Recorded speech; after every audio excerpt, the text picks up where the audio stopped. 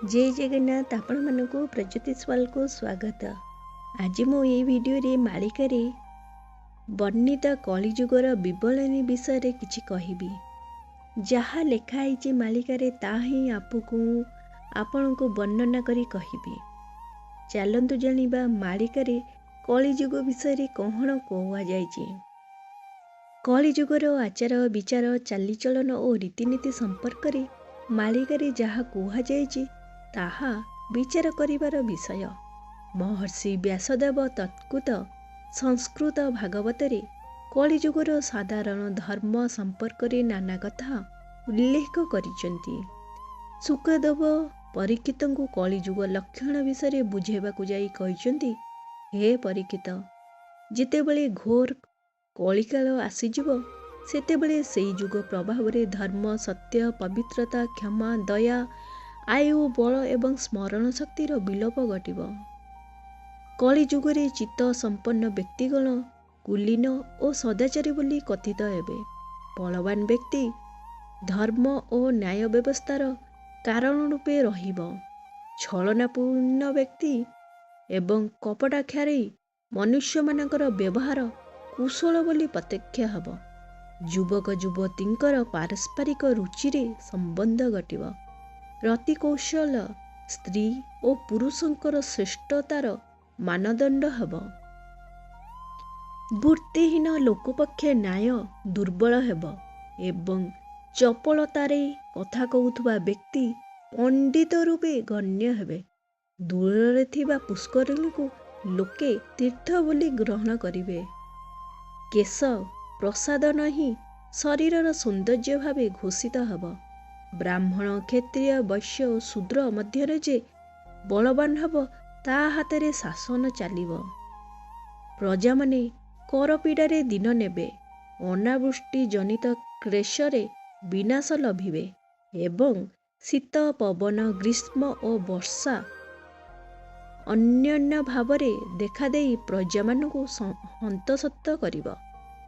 कलिजुग प्रभाव रे वर्णाश्रम धर्म रहिब नाही।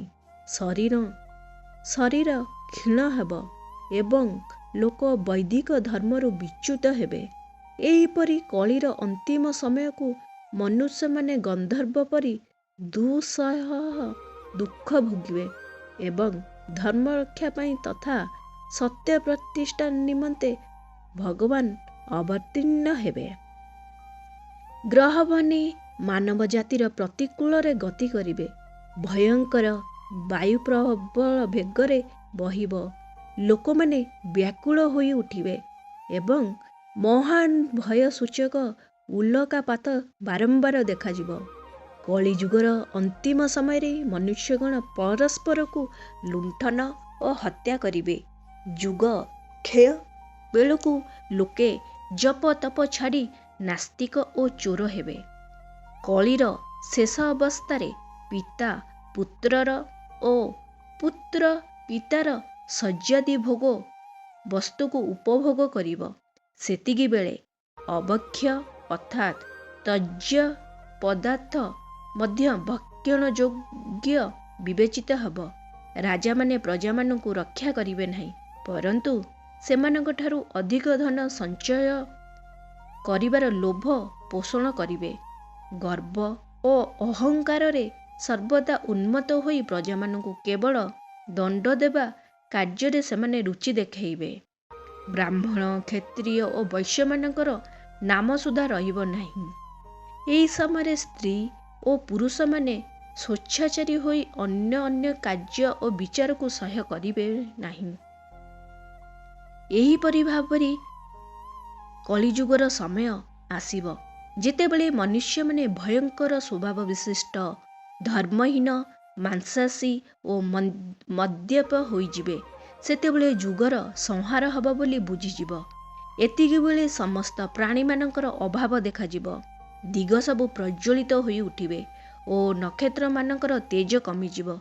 स्त्री माने स्वामी मानकर आज्ञा पालन करिवे नाही एवं पुत्र पिता माता को हत्या करने को कुंठाबोध करिवे नाही। ललान गण निज पुत्र मानक सहित मिसी स्वामी को हत्या करिवे। ତାହା ସହିତ ଅମାବାସ୍ୟା ବ୍ୟତୀତ ଅନ୍ୟ ତିଥିରେ ମଧ୍ୟ ସୂର୍ଯ୍ୟପରାଗ ସଂଘଟିତ ହେବ।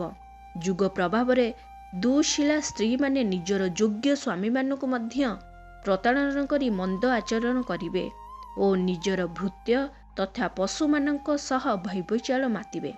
7 ଗୋଟି ସୂର୍ଯ୍ୟ ଉଦୟ ହେଲେ ଯେପରି ଉତ୍ତାପ ହେବ, ସେହିପରି ଉତ୍ତାପ ସୂର୍ଯ୍ୟଙ୍କର ବଢ଼ିଯିବ।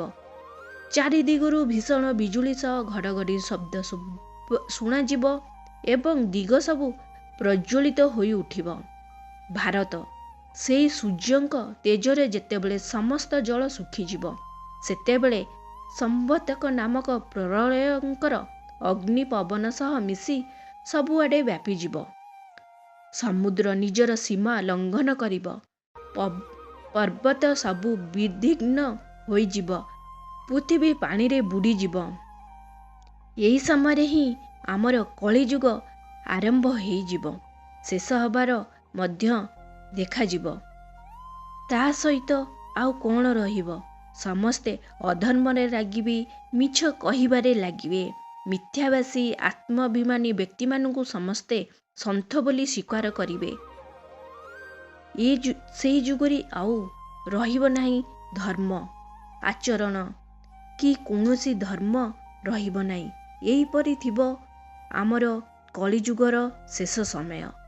ଆଶା କରୁଛି ଭିଡ଼ିଓଟି ଆପଣଙ୍କୁ ବହୁତ ପସନ୍ଦ ଆସିବ। ଯଦି ଆପଣ ମାଳିକାର ବଚନ ଅନ୍ୟ କିଛି କଥା ଜାଣିବାକୁ ଚାହୁଁଛନ୍ତି, ତାହେଲେ ଏହି ଭିଡ଼ିଓକୁ ଜଲ୍ଦି କରି ଲାଇକ୍, ସେୟାର ଆଣ୍ଡ ସବସ୍କ୍ରାଇବ୍ କରିଦିଅନ୍ତୁ। ନମସ୍କାର।